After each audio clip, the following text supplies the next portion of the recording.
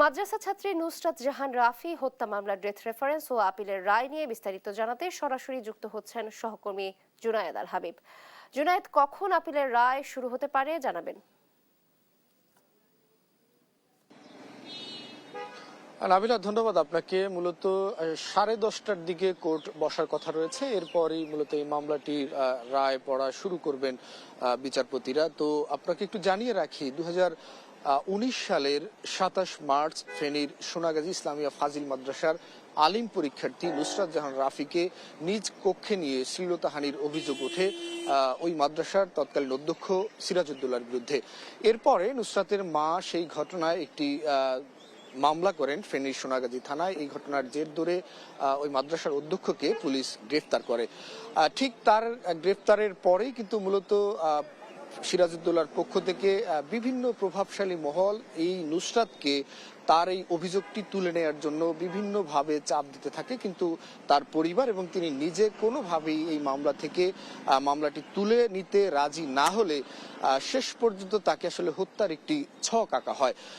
তারই ধারাবাহিকতা আমরা দেখেছি যে 2019 সালের 6 এপ্রিল ওই মাদ্রাসায় একটি সাইক্লোন শেল্টার রয়েছে, তার ছাদে ডেকে নিয়ে যান নুসরাতকে। তারই বান্ধবী দুইজন বান্ধবী তাকে সেই ছাদে নিয়ে যান বিভিন্ন কথা বলে। অর্থাৎ যে অভিযোগটি আমরা জানতে পেরেছি যে ছাদে ডেকে নিয়ে যাওয়া হয়েছিল, বলা হয়েছিল নুসরাতকে যে ছাদে তার আরেক বান্ধবীকে অন্য কেউ মারধর করছে, তাকে সহযোগিতা করতে হবে, উদ্ধার করতে হবে, এমন প্ররোচনায় তাকে ছাদে নিয়ে যাওয়া হয়। সেখানে কিন্তু সেই ছাদে আগে থেকেই ওত পেতে ছিলেন সিরাজউদ্দৌলার বেশ কিছু অনুসারী এবং স্থানীয় তৎকালীন আওয়ামী লীগের প্রভাবশালী বেশ কয়েকজন নেতা সহ বেশ কয়েকজন কর্মীরাও কিন্তু এই পুরো ঘটনার সাথে জড়িত ছিলেন।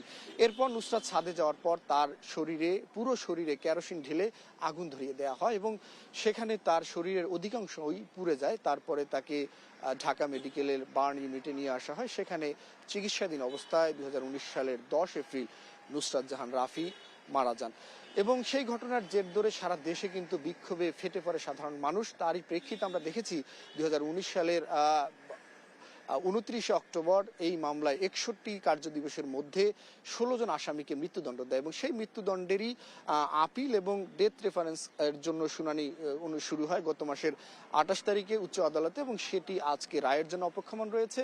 তা আমরা অপেক্ষা করছি হাইকোর্ট প্রাঙ্গণে, যখনই আসলে রায়ের বিষয়ে জানতে পারবো উচ্চ আদালত কি 16 জনের মৃত্যুদণ্ড বহাল রাখবেন নাকি কাউকে সাজা কমিয়ে অথবা কেউ খালাস পাবেন কিনা, সে বিষয়টি পরবর্তীতে আমরা আপনাদেরকে জানিয়ে দিতে পারবো।